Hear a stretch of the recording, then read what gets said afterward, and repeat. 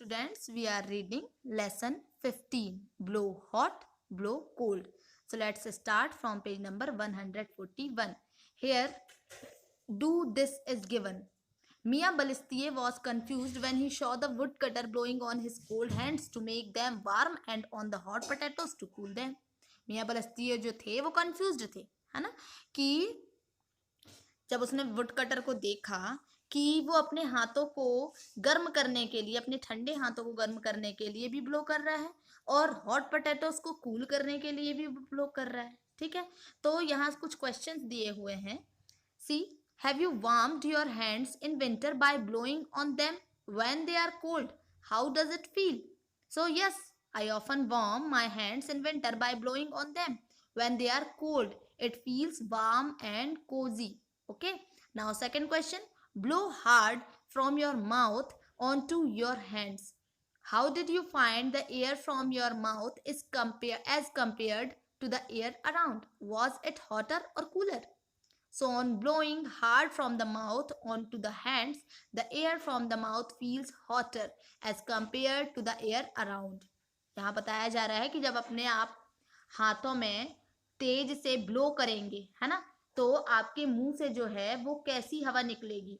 तो वो गर्म हवा निकलेगी, है ना, और जो एटमॉस्फेयर में हवा है उससे ज्यादा हॉट रहेगी। ठीक है।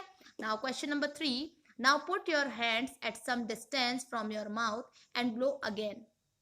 अपने हाथों को थोड़ा सा माउथ से आप दूर रखें और उसके बाद वहां पर फिर ब्लो करके देखें. Does the air from your mouth feel warm? Why? So when the hands are placed at some distance from the mouth and the air is blown again, this time the air from the mouth does not feel much warm. This is because due to the distance from the mouth, the air gets mixed up with the outside air and thus becomes cooler. अगर अपने हाथ को आप अपने mouth से थोड़ी ज्यादा दूर रखेंगे तो जब आप ब्लो करेंगे तो वो जो ब्लो करने पर जो माउथ से एयर निकलेगी वो एटमॉस्फेयर की एयर से क्या हो जाएगी?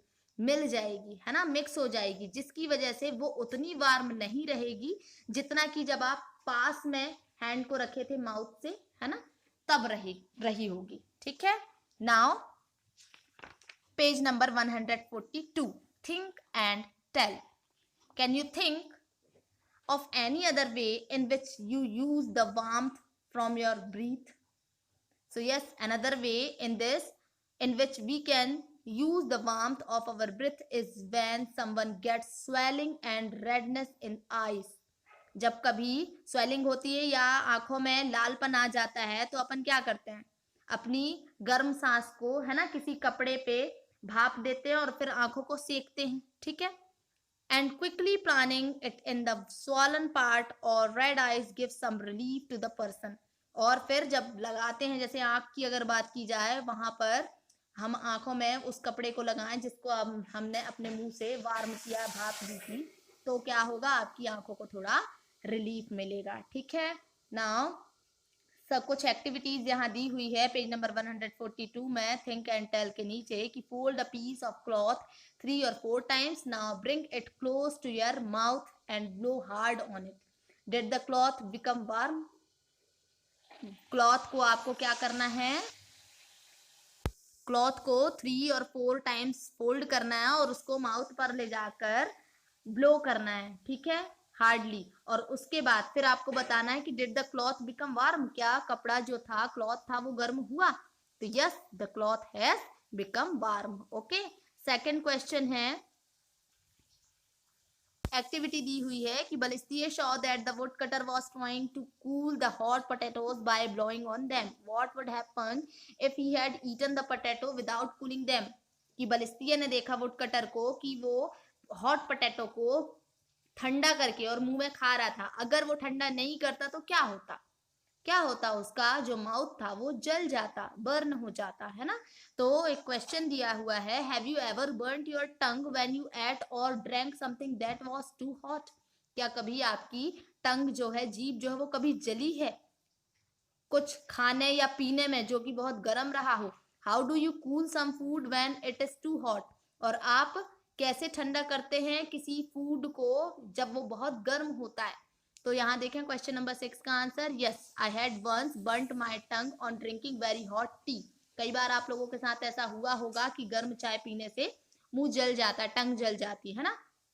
तो when some food is very hot, I cooled it by blowing on it by keeping it in a broad container under a fan।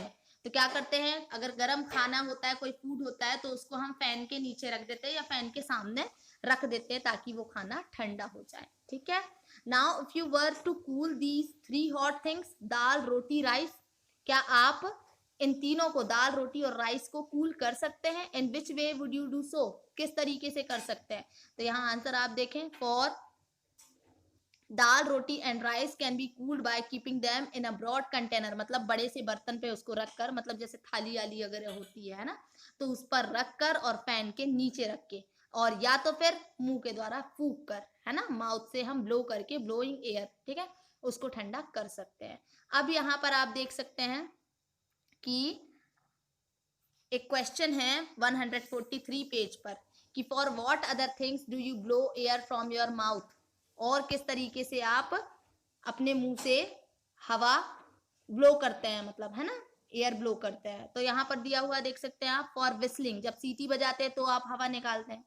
For playing with a फिरकी, फिरकी जब आप चलाते हैं, है ना, कागज की जो फिरकी बनी होती है उसको फूंकते हैं तब वो घूमती है। ठीक है।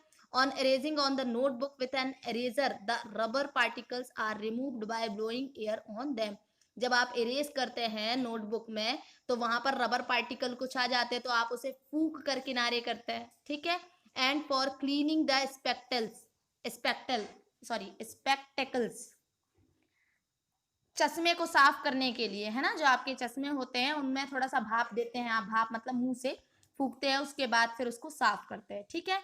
नाउ क्वेश्चन पेज नंबर 142 पे ही 2 पिक्चर्स दिए हुए हैं, आप देख सकते हैं। एक पिक्चर ये क्वेश्चन नंबर 9 पर, और एक है क्वेश्चन नंबर 10 पर, पिक्चर नंबर 1, पिक्चर नंबर 2। यहाँ पर आप देखें, Mini try to cool her tea by blowing on it. Mini जो है अपनी टी को ठंडा करने की कोशिश कर रही है फूंक कर। Which do you think will be hotter, Minnie's tea or the air she blew from her mouth? कौन सी चीज गर्म है, उसके मुंह से निकलने वाली हवा या उसकी टी? तो Mini's tea would be hotter as compare to the air blown blew from her mouth. Mini की जो टी है वो ज्यादा गर्म है। ठीक है। पिक्चर 2 में आप देखें, Sonu was feeling very cold, he kept blowing on his hands, now think and write which will be cooler, सोनू's hand or his breath। तो आपको बताना है सोनू के हैंड ज्यादा कूल हैं, ठंडे हैं, या उसकी ब्रेथ जो है, सांस जो है वो ज्यादा। तो यहाँ सोनू के हैंड जो है वो ज्यादा कूल है। ठीक है। एयर से, माउथ से जो एयर निकल रही है उससे ज्यादा कूल है उसके हैंड्स। ठीक है। तो इसे आप लोग अपनी कॉपी में लिखेंगे। ओके।